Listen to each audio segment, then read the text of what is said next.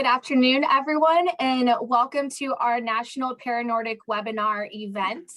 My name is Bailey Bostelman, the Director of Chapter Engagement for the East, and we're very excited to have you all with us today and spending your Saturday with us. I would like to briefly review some of the logistical details for the call. Currently, all participant lines are muted. Today's call is being recorded and will be shared with all registrants after the meeting concludes. If you're using a screen reader, please be aware the controls are at the bottom of the Zoom interface. This control bar may collapse when not in use. If you prefer to prevent the controls from auto hiding, go to the settings within the Zoom platform, select accessibility, and then select always show meeting controls. If you have any questions throughout the presentation, please send them using the chat function or send to chapters@fightingblindness.com. Let's get started. So before we introduce our special guests for today, we wanted to share a little bit about the Foundation Fighting Blindness. The Foundation is the largest private funder of retinal degenerative disease research in the world and has raised over $856 million. We fund various types of research such as lab, translational, clinical trials, career development awards, natural history, registry, and genetic testing. We also focus on the entire spectrum of inherited retinal diseases, including retinitis pigmentosa, Stargardt disease, Usher syndrome, LCA, and dry AMD. Now I'm going to hand it over to Nathan Klucke, who is our Director of Chapter Engagement for the West, to share with you more on what we're doing at the local level. Thanks, Bailey. Yeah, so as Bailey mentioned, one of the big focuses is research, but on the local level, we want to support the community. And our vision is to bring community together to end blinding diseases. And we do this by three things: education, resources, and revenue. So we're sharing the latest advancements of research with the local community. We're providing access to local resources to guide individuals through their personal journey. And then we're accelerating the mission by participating in fundraising events and creating new ways to fundraise locally. And now I've got the distinct pleasure of introducing one of our national trustees, Michael Stone, who made this call happen. It was his passion, his vision that brought this together, and he just wanted to share what athletics has brought to his life. And Michael, thank you for putting this together. And I think we've got a successful group here, and we'd love to hear from your, I don't want to take your words away, hear from how you brought this call together and what your vision is for this.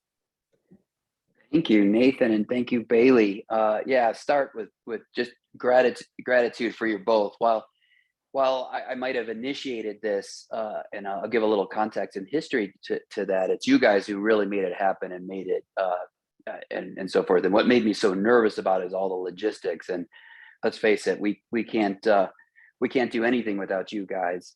A little history about me. So I have retinitis pigmentosa, and I have a little less typical form, whereas I lost my central vision first. So it presented itself more like Stargardt disease, or cone rod. And then eventually, when it started to attack my peripheral, it was obvious that's not what it was. And through the help of FFB and many others, I had a proper diagnosis. But with that, I've struggled with my eyesight my whole life, and really shied away from sports. I found other ways to occupy my time growing up, but I really became, not only did I shy away, I was actually very fearful of it. And then eventually found my way into sports, throughout my early 20s and such. But there was always some challenge. And one of the biggest things that I gave up was snow sports. Believe it or not. And eventually I found myself doing things like triathlon, running, swimming, biking, running, and other things that to me were a little bit easier guided. And then about 13 years ago, a friend said he's going to teach me how to skate ski, which and I'll give you a little history. When we talk about Nordic sport, essentially in this context, there's going to be three different aspects to it. It's all under the heading of Nordic skiing, but there's your classic cross country, which typically many visually impaired people really like to start at. and it's a very linear way going. It's almost like running on skis on the snow. Then there's skate skiing, and if anybody could picture the image of a skating, but with longer, skinny skis moving in a more lateral fashion to push you forward. And then there's the biathlon that we'll talk about a little bit as well, which, believe it or not, is shooting with an audio rifle that is specific for those of us who are blind and visually impaired. And it's pretty incredible. And at some point, we'd love to do demonstrations with that. But so that's what we're talking about here. And what ends up happening a lot of times for those of us that lose our sight is we start imposing limitations on ourselves. And even when we do things that are heavily guided, it is sometimes it's a tether while we're running, depending, because as Bailey pointed out, we're talking about very different, all the different retinal conditions affect people differently. And when we talk about LCA, that happens very rapidly at a young age. And then, all the way through age-related macular degeneration, and then everything in between. So, while many of us have a lot of crossover with our sight loss, and that's what unites us, and that's what unites the panelists today, as long as that is that we are visually impaired, just like many of you who are registered and listening to this today. And so the objective here is to introduce you to that, and hopefully keep this really fun and so forth. But what ended up happening is that as I progressed in sport, I became more and more dependent on my guides. So, for example, being on the back of a tandem bicycle or being tethered. And when I discovered Nordic skiing, there weren't those things. I was just being guided audibly, and it worked really well. It felt fairly safe, and there's lots of different ways to do it. We'll talk about that a little bit as we go on. But it was a lot more freedom and that independence, and I discovered it kind of later in life. And our panelists are all very young, and I'm going to look forward to hearing about that from them. But so what had happened was I became more and more passionate about it, but really kind of wish that I found this at a younger age. And through a conversation with our own Jason Menzo, this progressed into what we're doing today. So this is a long time in the making, and we couldn't be more excited about it. But bear in mind, this is an introduction, and we're hoping this is the start of many great relationships, and we can facilitate this over the course of months and years, and who knows how this will morph into something spectacular. But our hope is to introduce you guys to a sort of a wider reality and push back some of the limitations that are consistent with losing our eyesight. And so that, that's where we are today. Each of our panelists, there are, including me, our eyesight affects us a little differently. I mean, I guess maybe Pearl and I are a little closer, that we both have retinitis pigmentosa, but so, bear that in mind when you guys have questions, that we are having, we're kind of running the gamut here on various states of vision loss, and everybody has kind of found their own way to participate in sport through this. So anyways, with that, I was just dabbling in Nordic skiing recreationally until one day I have a triathlon store here in Boulder, and a couple of people on the Paralympic team that participate both in the winter and the summer side of it. And it was her name is Kendall, who's a rock star on more levels than I could meet. She kind of urged me to contact this person named Bethan Chamberlain. With tremendous trepidation, she made that introduction that led into many more things. Eventually, another one of our coaches, Mark Birdseye, had the opportunity to go ski with him, and a lot of the tutelage that has now progressed into somewhat of a competitive side of things, but it's still, that passion is on the recreational side of just getting out there and doing it. But Beth Ann, who is going to be really taking this to the next level, is really who really, she's kind of the backbone of all of this for us.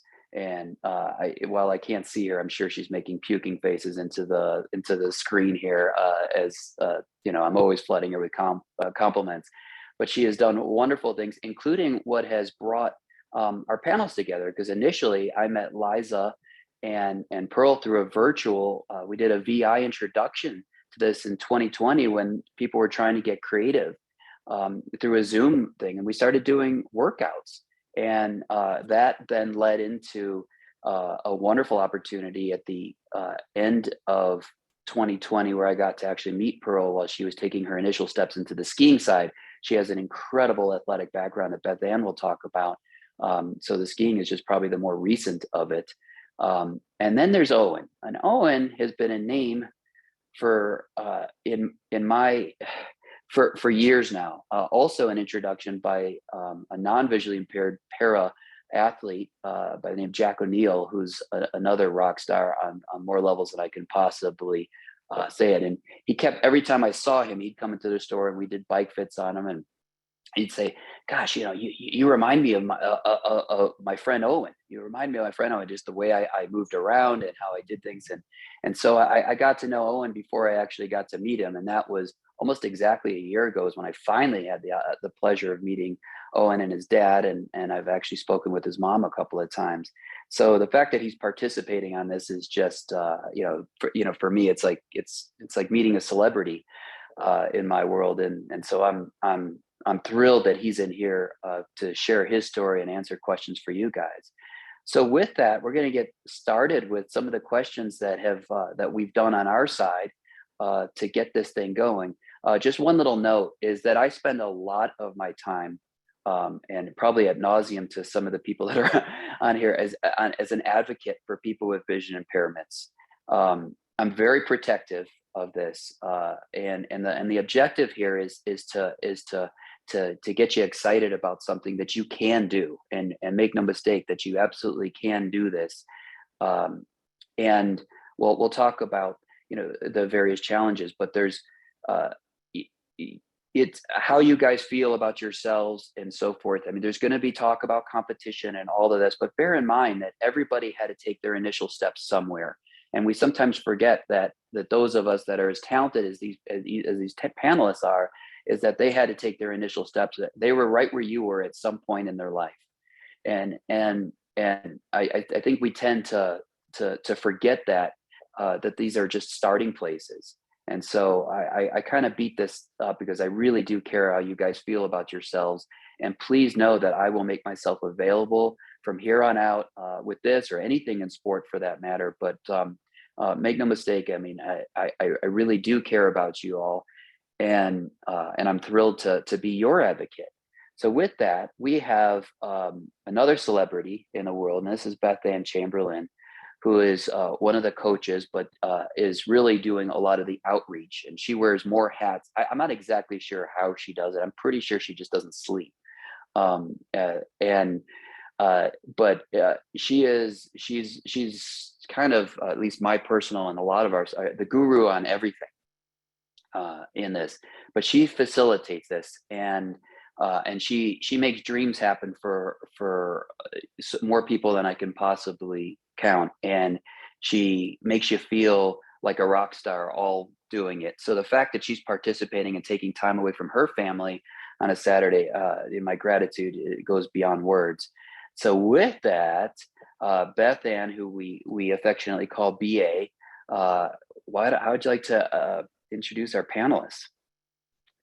Thank you, Michael. And thank you, Bailey and Nathan as well, and everybody here.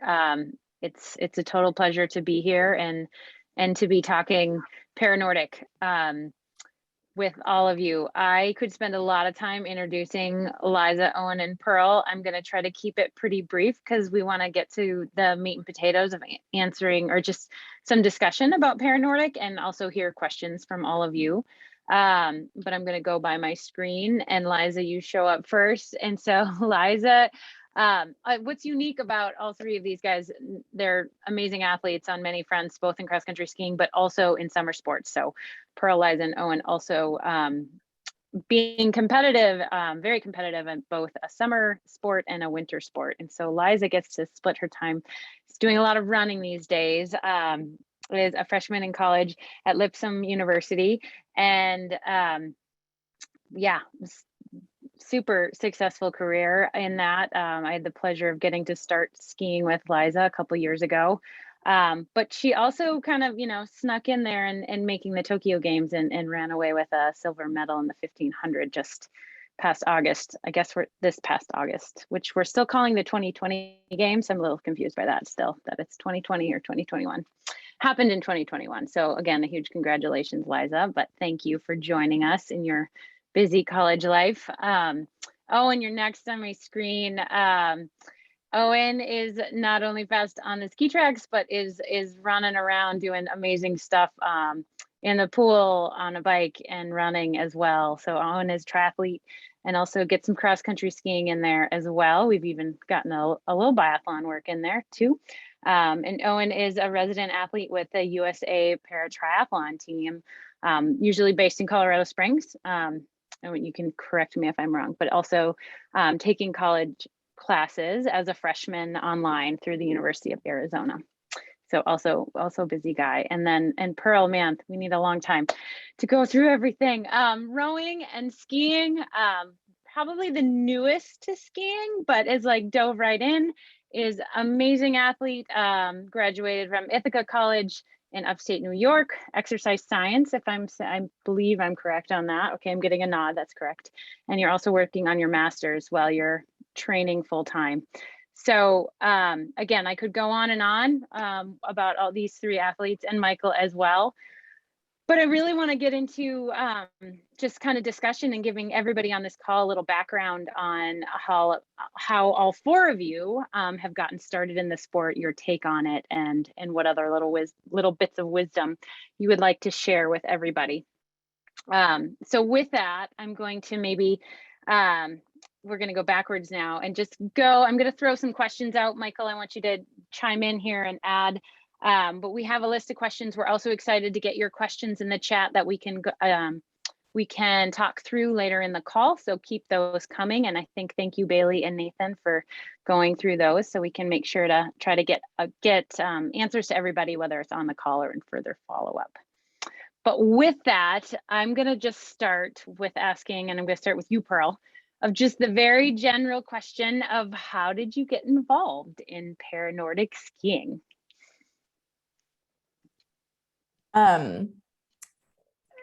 It's kind of a funny story because I feel like I just got thrown into it a little bit, and I actually got introduced to Nordic skiing with a group called New England Ski for Light, which takes groups of just blind individuals of all ages and experiences and takes them on Nordic ski trips, mostly classic skiing, up in New Hampshire and Vermont.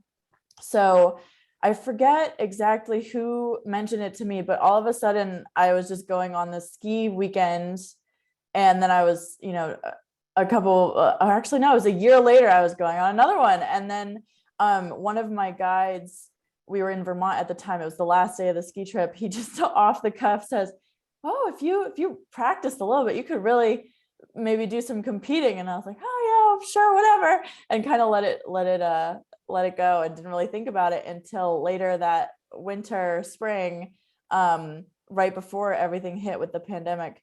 I happened to be writing a paper with some of my classmates about alpine skiing, because we were writing papers about some athletic programming, and I was telling my partner, I was like, oh, everyone does football and basketball and soccer, and we should do something fun. We should do a fun sport. So we picked alpine skiing, and all of a sudden I just kind of thought, it would be fun to see what could maybe happen with Nordic skiing. I don't know anything about it. I don't know anything. I'm from the rowing world, and sorry, the chat is let me mute my screen reader real quick so it's not. I think you muted yourself too, Pearl. I did, yeah, sorry. Oh, got it. Yeah, so I just was sitting in the campus cafe and decided to look up the email for the head Paranordic US coach, and that happened to be Bethan. So I sent her an email and said, hey, I'm a rower and I like skiing, and I might want to do some racing. So hi, how are you?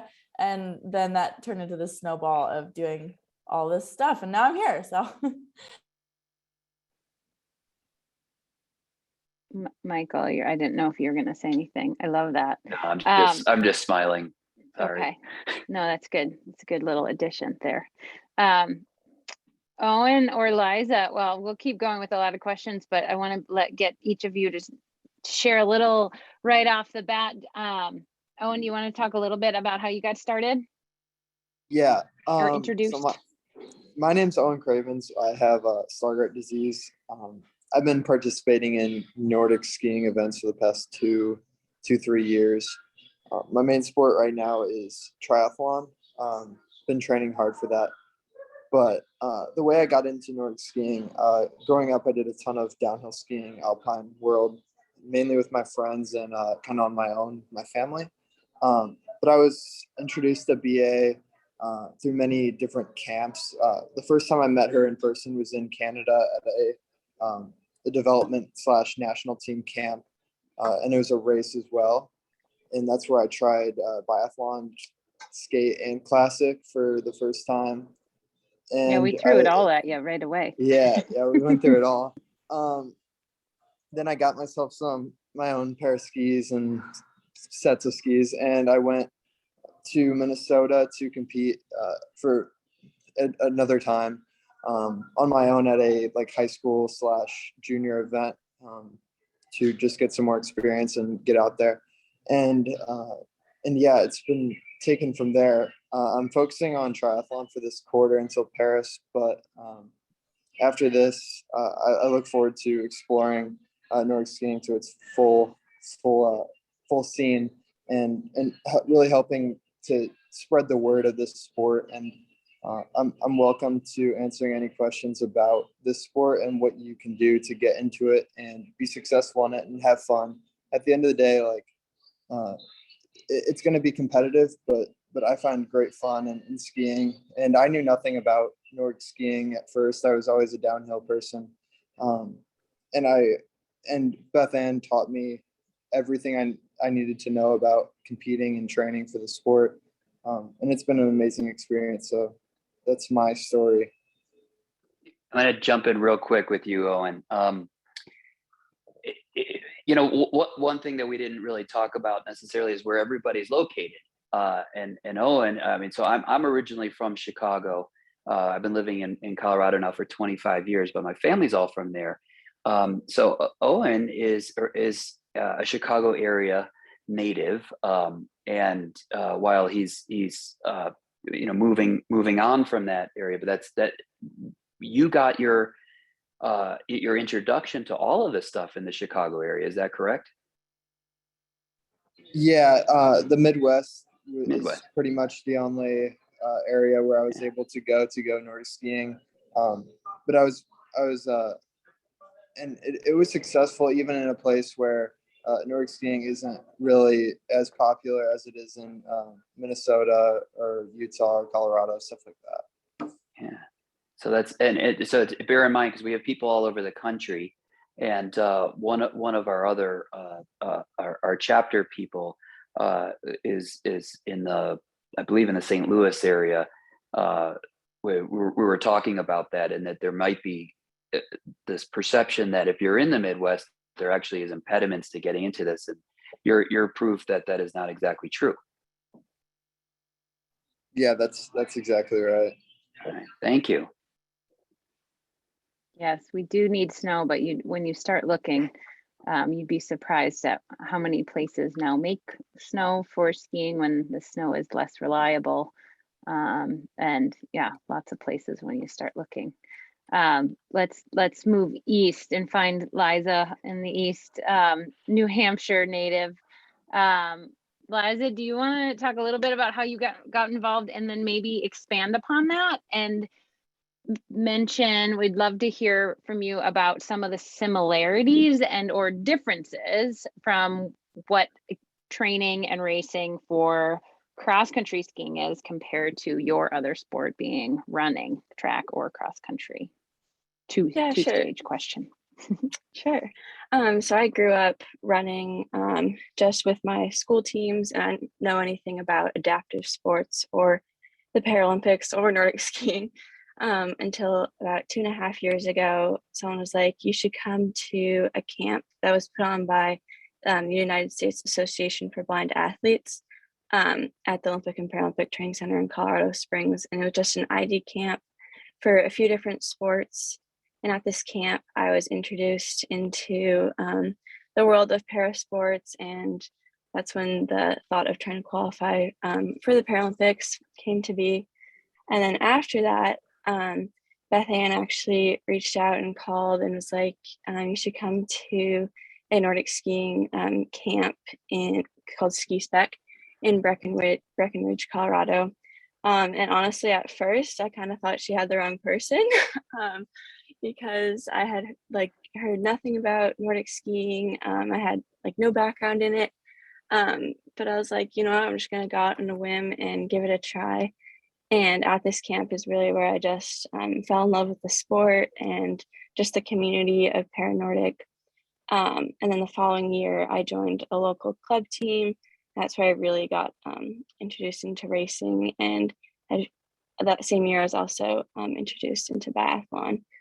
But I've definitely found similarities between distance running and Nordic. They're both very endurance sports.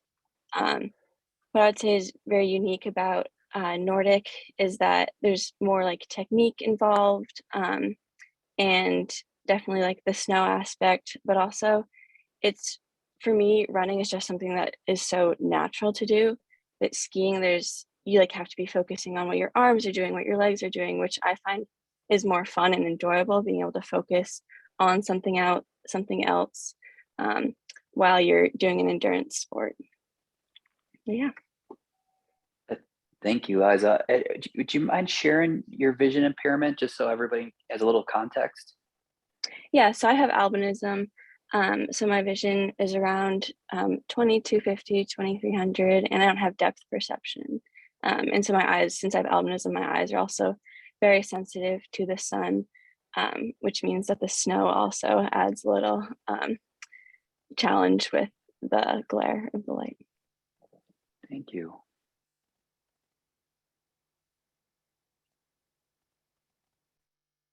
I still get caught with my mute button on and off at the wrong times.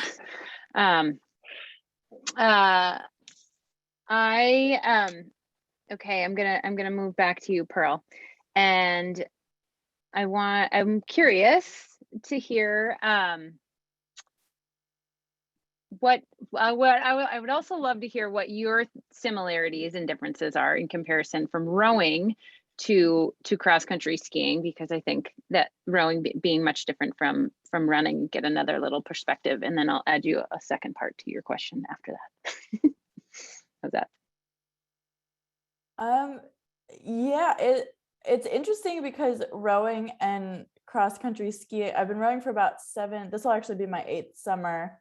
I started in high school, and it's funny because a lot of rowers cross train with cross country skiing, and then a lot of just the other day I was talking to someone talking about a lot of cross country skiers cross train with rowing. So when all my rowing coaches heard oh, I want to spend the winter doing more cross country skiing, they could not have been happier.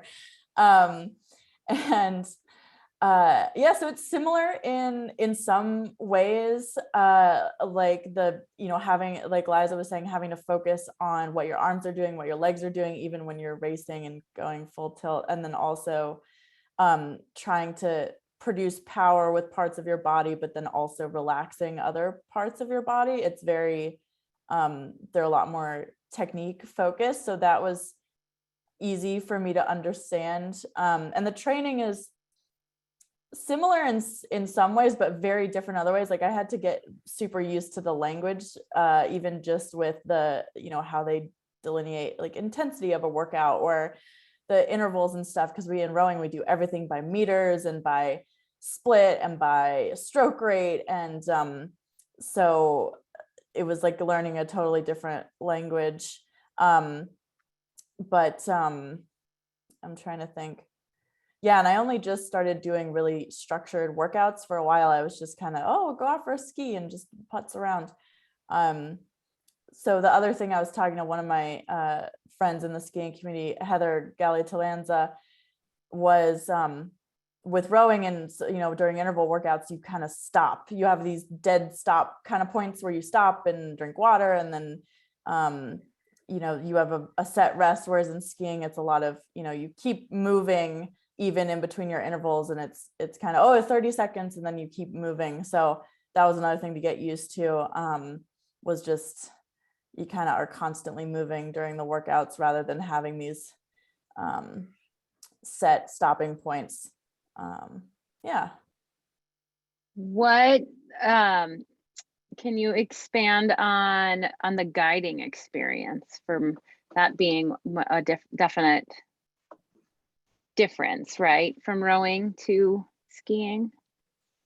Yeah, so in rowing, there are kind of a few different ways a visually impaired rower competes and stuff. So in certain boats, we have a coxswain, which is a very small person that sits in a seat in the front or the back of the boat that has a microphone, and kind of they steer the boat and they tell you what to do during a race, so you don't have to worry about steering the boat. And then in the boat I compete in now, which is called a double scull, it's my rowing partner who has vision, and he is what is called he bows the boat. So he's sitting in the bow of the boat and he is responsible for steering. And so I really don't have to worry about it. My job is just to sit in the boat and put my oar in the water and not really think too much. So transitioning to skiing, and especially to doing some more training, higher intensity actual workouts, it was very interesting learning how sometimes people guide from the back and then sometimes they guide from the front, and the snow conditions can really affect how well you can hear the guide. And especially before, we only just recently got the voice amplifier. Before the voice amplifier, it was 10 times more stressful. But also running into things like just mental fatigue. Like, skiing is not only something new that I'm learning how to do, it takes a lot more of my mental energy compared to rowing, where I can just sit down and I don't have to think too hard. But with skiing, you're always on. So there were a couple days where I even texted Bethan and I was like, am I a horrible athlete for feeling like I couldn't do the workout today? Because my brain just was in a cloud and I couldn't even tell where my body parts were. And she said, oh no, that's totally normal. So that was an adjustment to just go easy on myself, because I'm also the kind of person where if I'm learning something, I'm like, no, let's do another rep. Let's do another rep until we get it perfect. Oh, we can't end on that one. It has to be, let's do another one. So learning how to train, but then give myself those breaks when I needed it. It's very different. You and Pearl and Liza, you're both on the bottom of my screen, and I have very distinct memories of hearing that from both of you, of like, no, let's do it again. Let's do it again. Let's do it again. You guys are kind of on a similar audio track there. I do want, and Michael, maybe you want to expand on that. Thank you, Pearl. But the voice amplifier, we really didn't talk about. Something that is often used. From my understanding, and panelists, everybody on the call, correct me if I'm wrong, it's fairly unique to cross country skiing. I know cross country skiing. I don't try to pretend I know all other sports. But we some athletes are able to follow a guide in front of them with using whatever vision they have. And that is enough. And Liza, that's mostly what we've done. Correct? We haven't used a voice amplifier so much. Correct? Yes. Am I? Yeah. Okay. And then athletes that have less vision and aren't able to see enough to follow anyone, a guide, and skiing in front, most often in front, but sometimes they ski behind the skier, can put on a voice amplifier. And so it's a little microphone and with kind of it's like a little fanny pack with a speaker that's on their back. So they can say a constant, it's nothing exciting. It's usually a hup, hup, hup, something very easy to say. So athletes, the skier can follow that. And so that was the voice amplifier that Pearl was referencing there. And we can give cues as to, here's a turn, and there's lots of different ways to guide and to communicate that way, but wanted to give a little background on that. Michael, what did I forget there? Nothing actually.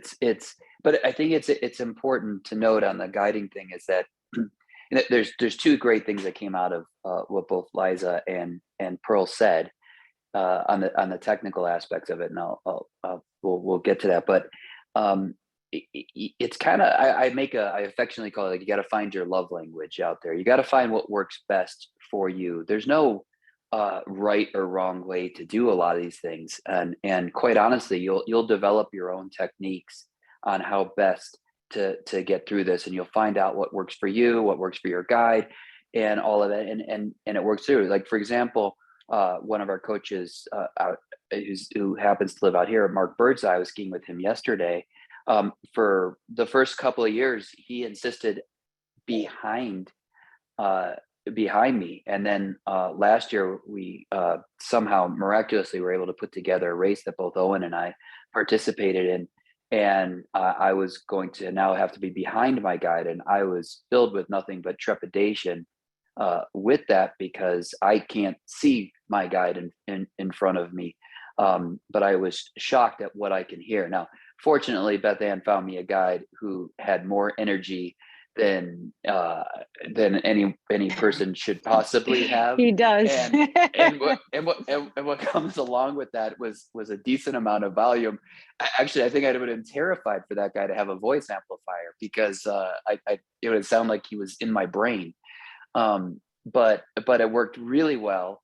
And like I said, the guiding thing is something that you kind of figure out as you go along. And we take baby steps into this. And you got to remember that the guides are trying to figure it out as well. And for example, Mark has found out that he can guide from the front quite well. And he's using slightly different cues. And we actually flow really nicely that way. And he's made that adjustment, because at the beginning, his background was primarily with sit skiers. And that's something else that we really didn't talk about much in the para world specifically. When we're out there on the competition side, we're in these, right? We're competing with, I want to say, not necessarily against, other people with physical challenges. And if you can think of it, whatever physical challenges out there, it exists, and it's pretty amazing.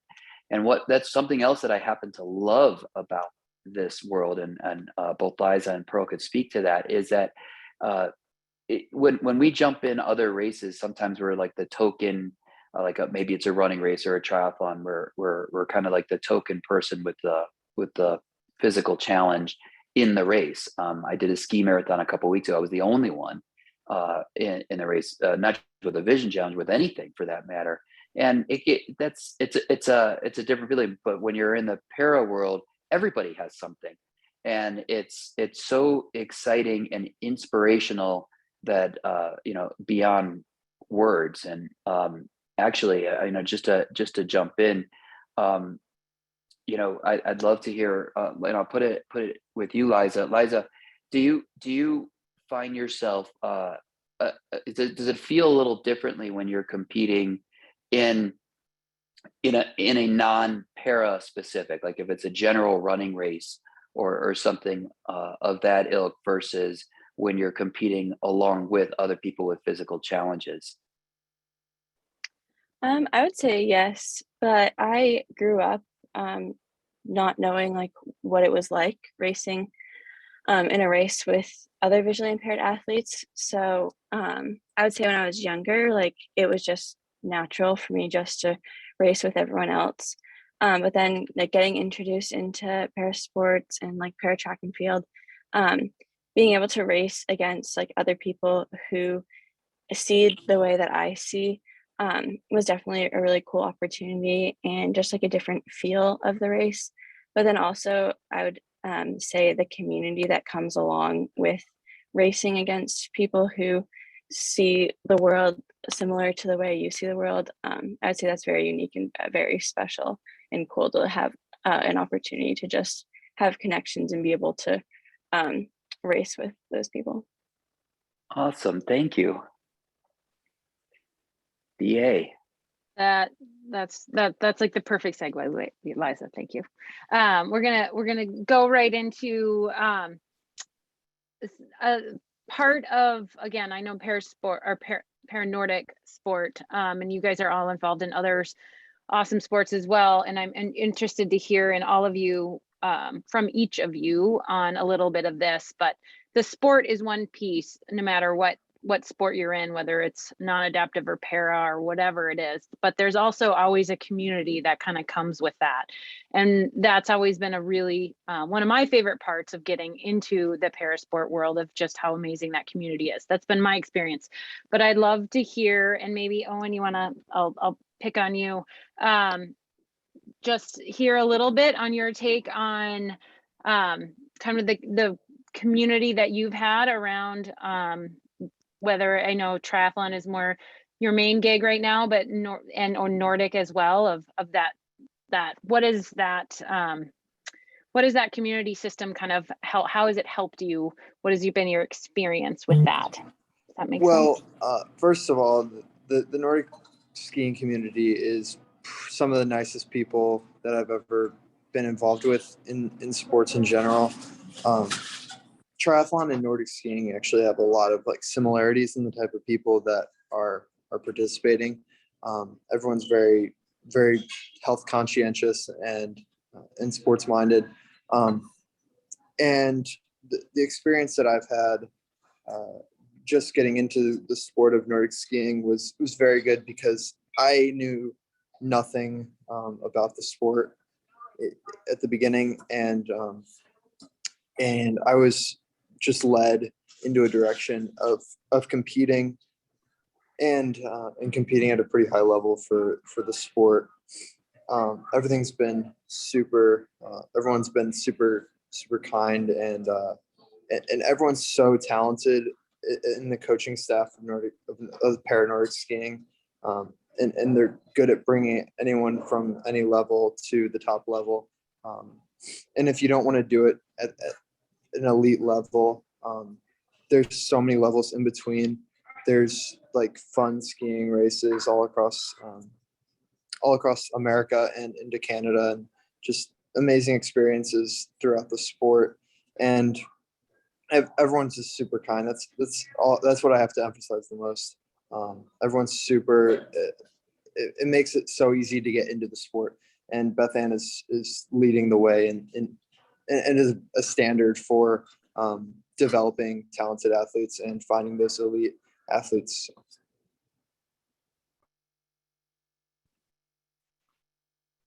Thank you, Owen. It is a fun community to be a part of, for sure. And everybody on this call is part of that, and that is something that we're definitely just interested in doing, is we want to continue to build this community, and that means people of all abilities, and those that are racing on Paralympic level, and those that are just getting out on skis for the first time, which is, it's all good and all fun, and it's a great sport like that. So thanks for that.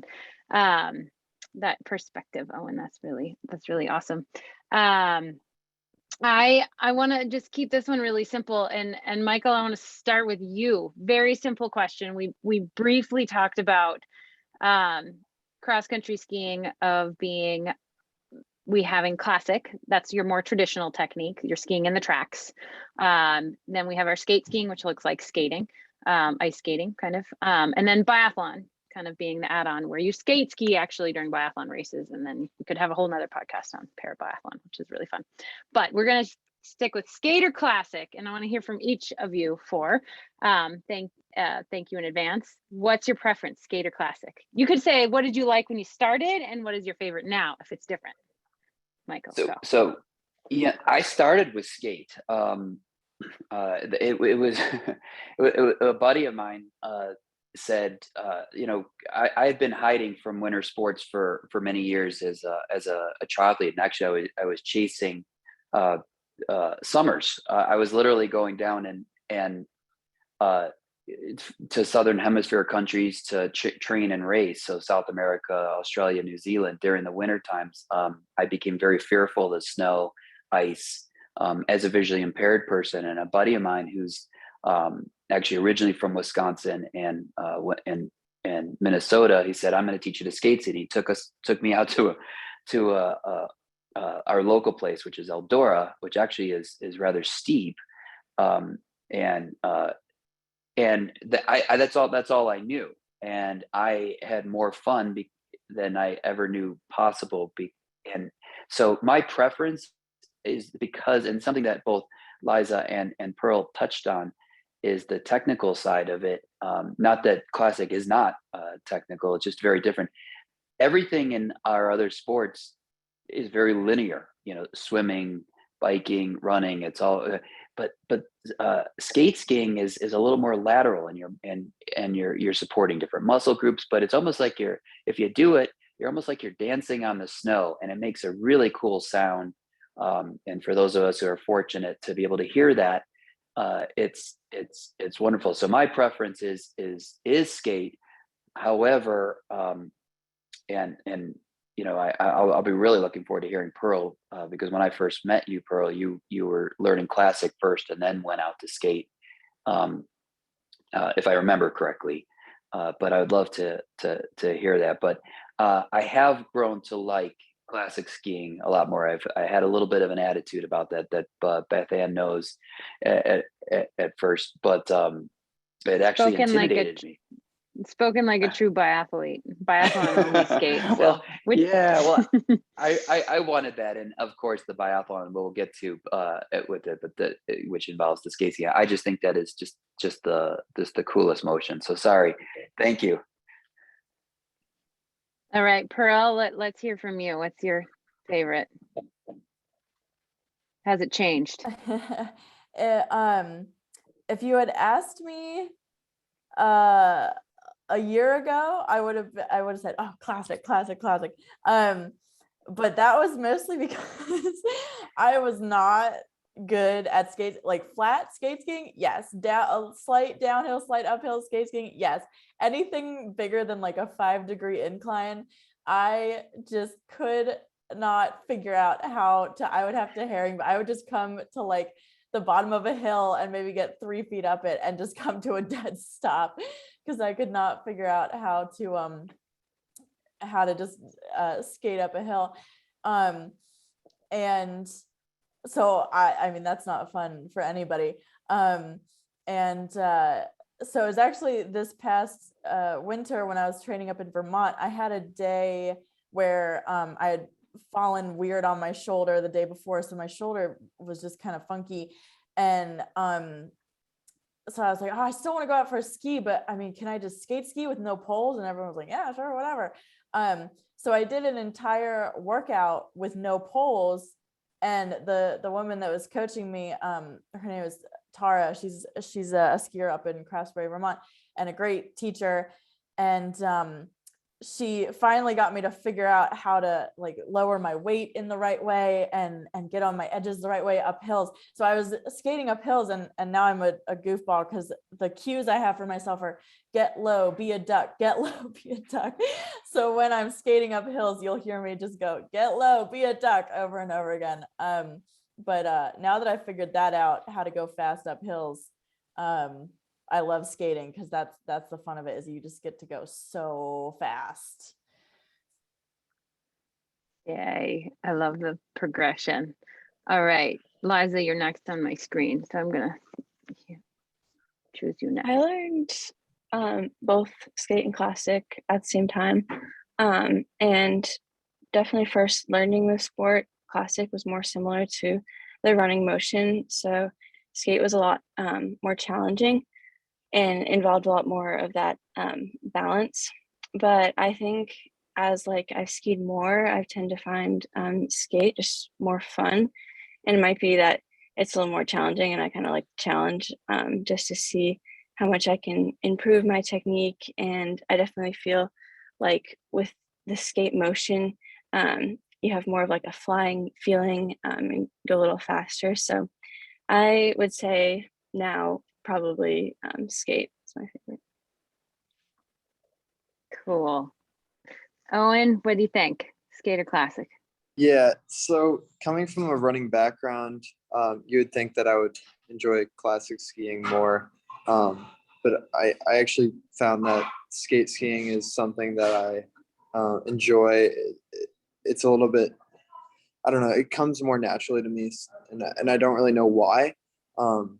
It's funny because I was skiing in Breckenridge earlier this week, and they were like, "Oh, what you like skate while you're going down the hill?" And I'm like, I can't really, like, it's just natural, and even though you're not even supposed to do that, but it's just like something that comes natural to me now. And doing biathlon, skate is what you do, so it's kind of just been my preference. Like, if I were to pick one, I would definitely pick skate. Cool. It's always interesting to hear, and I love it. I love hearing from athletes, as we generally start people with classic because it is linear and it feels a little safer. You're smaller, and you have to be pretty big to skate, but everybody has their own preference, and they're similar, but they're very different. So we're kind of a unique sport in that, but it's kind of fun to hear each of your take on that. I would love to let's see, let me check my time. I've got lots of questions. I'm going to go right to one of my favorite questions on the list, and just and maybe if we have time for each of you, we'll get to some other questions too in the chat. But what's a favorite part or part of this whole experience, whether it's just parasport, Paranordic skiing, or just being involved in sport in general? Just a favorite highlight or a favorite story or just takeaway that would be something each of you might want to share. Everybody looks like they're thinking, but Michael, you're unmuted, so I might start with you. Uh-oh. My favorite, it's pretty funny. Broad, I know. Yeah, but you know what? It's funny. I was walking this morning. It's a beautiful Colorado, sunny, warm day, but there's snow everywhere right now, and I decided that I'm my happiest when there's snow on the ground. And for a guy who's been chasing summer for many years now, I want to chase winter. Being visually impaired, our lives are very tactile. How we feel our way through life, and through many things, and whether or not we're even totally aware of it or not, that's how it is. And this sport is a feel thing, and so much of it is, especially when you get into Pearl's goofy get low duck thing. I have all kinds of little things like that myself, and I love that technical aspect of it, because it is something that's very tangible, and I can feel and come up with quirky little motivational things to always be focusing on technique. And I believe both Liza and Owen mentioned the technical side of it, and so that's my favorite is that. And you never stop improving. It's constant, and it's you and nature. I mean, Pearl spoke about going up and down, so did Owen, with that he would skate going downhill, and I find myself doing that all the time too, just because I love that motion that comes very natural, and it does give us a little bit of control. I mean, yeah, you could go a lot faster if you just point your skis down and go, but there's something very, very special. But I think it's the feel thing that I enjoy the most. That's cool. That's one of the most important things, I think, to teach from a coach's point too perspective, is we want athletes to be able to feel it, because if you can feel it, you can repeat it on your own, which, yeah, that's a really cool. Thank you for that, Michael. Liza, do you have a favorite moment, aspect, component? Yeah, I would say just in general, with sport, my favorite thing is just especially with endurance sports, is just being able to work extremely hard and push yourself, but then see like that rewarding and accomplishing your goals, and seeing like the hard work pay off when it's really challenging in the moment. But I'd say more specifically for a favorite Paranordic moment would probably be last year. It was my first time racing biathlon in West Yellowstone, and it was just a really cool experience. It was definitely challenging and something that I had never done before, learning all of the ins and outs of biathlon. But it was just so cool being able to do the sport and just being fully immersed in the Paranordic community. And I had, the year before, I had done a camp with Paranordic, but this time I had a little bit more experience. So I was really just able to embrace the challenge, but also have so much fun doing it.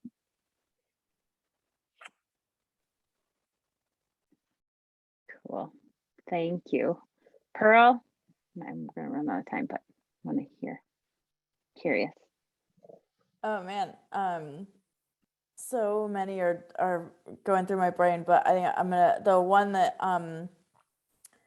keeps coming was so I spent 3 weeks in Craftsbury, Vermont at that training center. And for those of you who are unfamiliar, so Craftsbury Outdoor Center is a training center up in Vermont, and where the athletes live in and work in exchange for room and board and training facilities, and they have skiers and rowers, so it's kind of this utopia of skiing and rowing. And I spent 3 weeks up there, and me and the woman that was guiding me for the most part, Jen Forbes, who had never guided before, we had good days and bad, where we were just figuring stuff out together. And it was the last day that I was there, and we were doing this, and it was kind of the last day before all the athletes left for the holidays.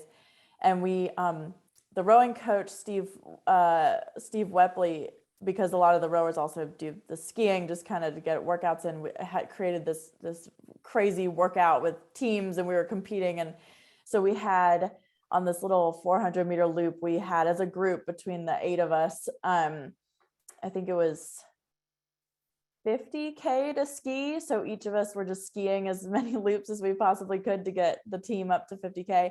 And I don't know what it was, if we just kind of found our stride, but me and Jen were just gelling all through the laps, and just like had the voice amplifier, and she was skiing in front of me, and we were just clicking, we were weaving in and out of people and passing people, and just really hit our stride. So it was just a really fun day.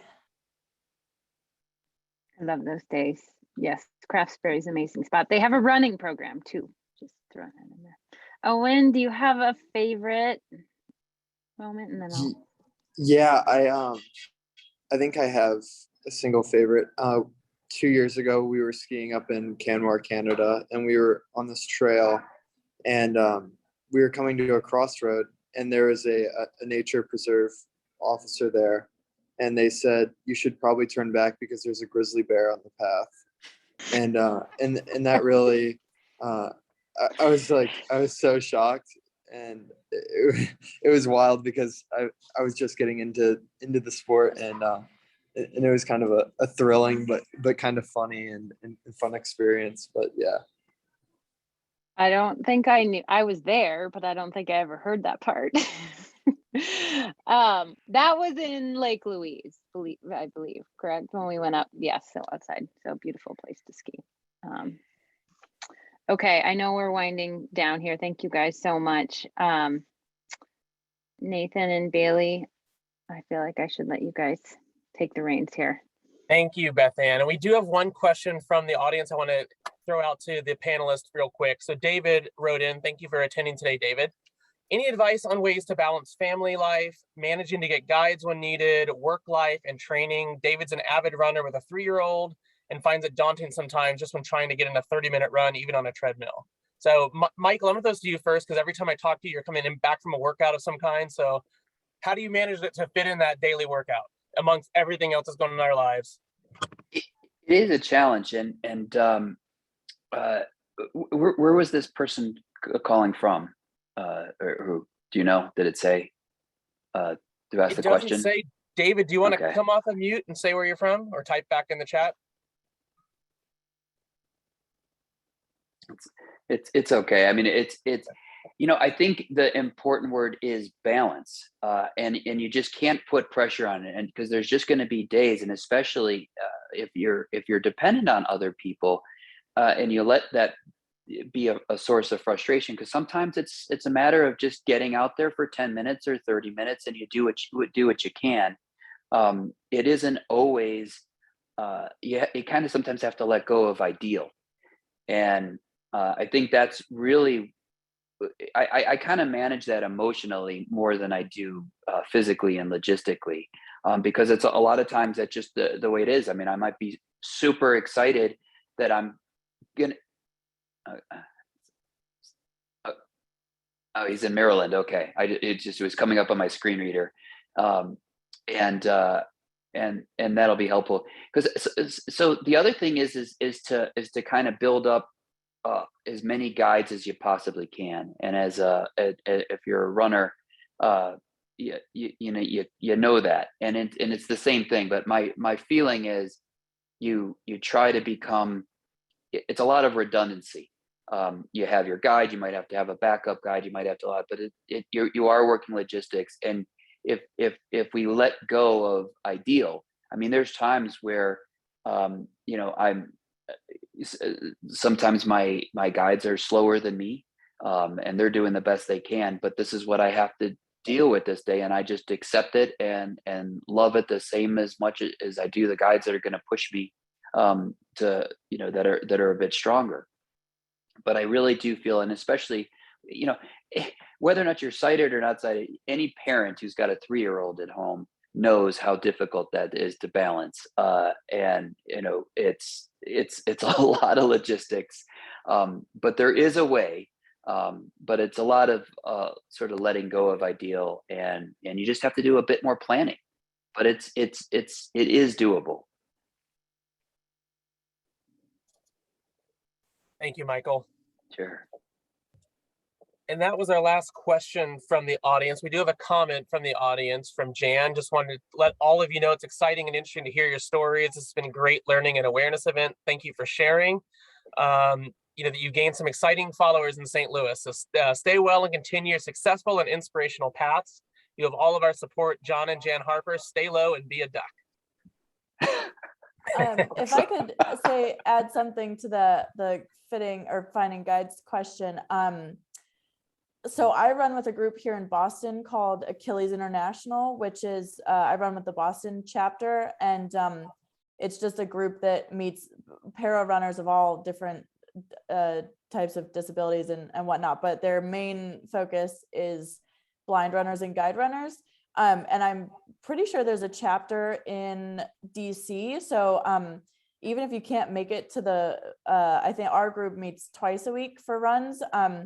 But that would be a great resource for finding guides. Cause I mean, just today we had like 20 or so people that were out, and the majority of them were not visually impaired. They were there to guide. So that might be something helpful to look into. That's fantastic. I actually run the Achilles group here in Boulder. And we're amongst 3 officers anyways, and we are primarily blind out here. There's a few other people. Yeah. And David, I've done New York with Achilles and as well. And it's a fantastic resource. And I think that we're finding that since all of us dabble in both summer and winter sports or do both, you'll find that guides in the winter sports through groups like Achilles, and there's other clubs too. Actually, I met Owen was working with Dare to Try in the Midwest. Is that correct, Owen? Yeah, that's correct. Okay. Yeah. And you'd be surprised on what you can find. You kind of have to be resourceful, and those are just 2 of many great options.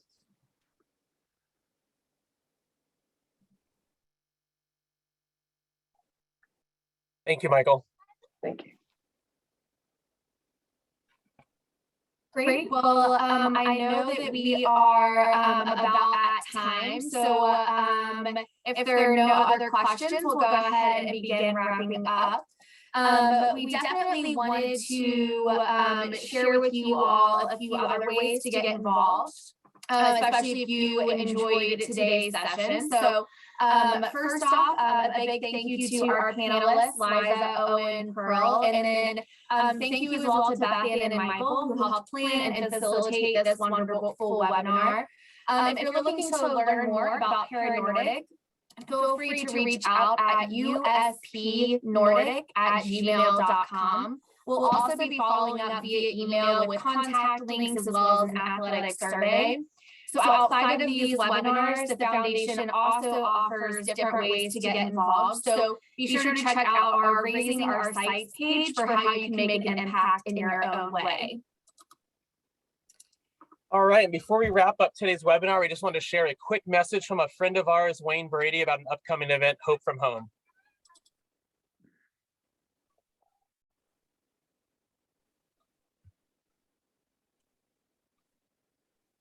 Shoot, I don't think we can hear it, or I can't hear it. What Wayne is saying is we've got an amazing event coming up on March 6th called Hope from Home. It's a virtual gala. We've got different breakout and party rooms. We'd love everybody to attend. We're going to send the link to that and information about that in the follow-up email. I'm sorry I couldn't deliver the excitement as good as Wayne can, but it's a fantastic event to raise money to end blinding retinal diseases. So we hope you guys can attend. Look out for that link in the follow-up email. We'll throw in the link for Achilles International in there as well, so you guys have that, as well as ways to contact our panelists and Michael and Bethan. Thank you everyone for spending some time on your Saturday to learn more about Paranordic, and we hope to continue to do more of these athletic focused events in the future. Thank you all. Thanks, Thank everyone. you guys. Thank you, everyone. Thank you. Bye-bye. Thank Happy you. Saturday. Bye, guys.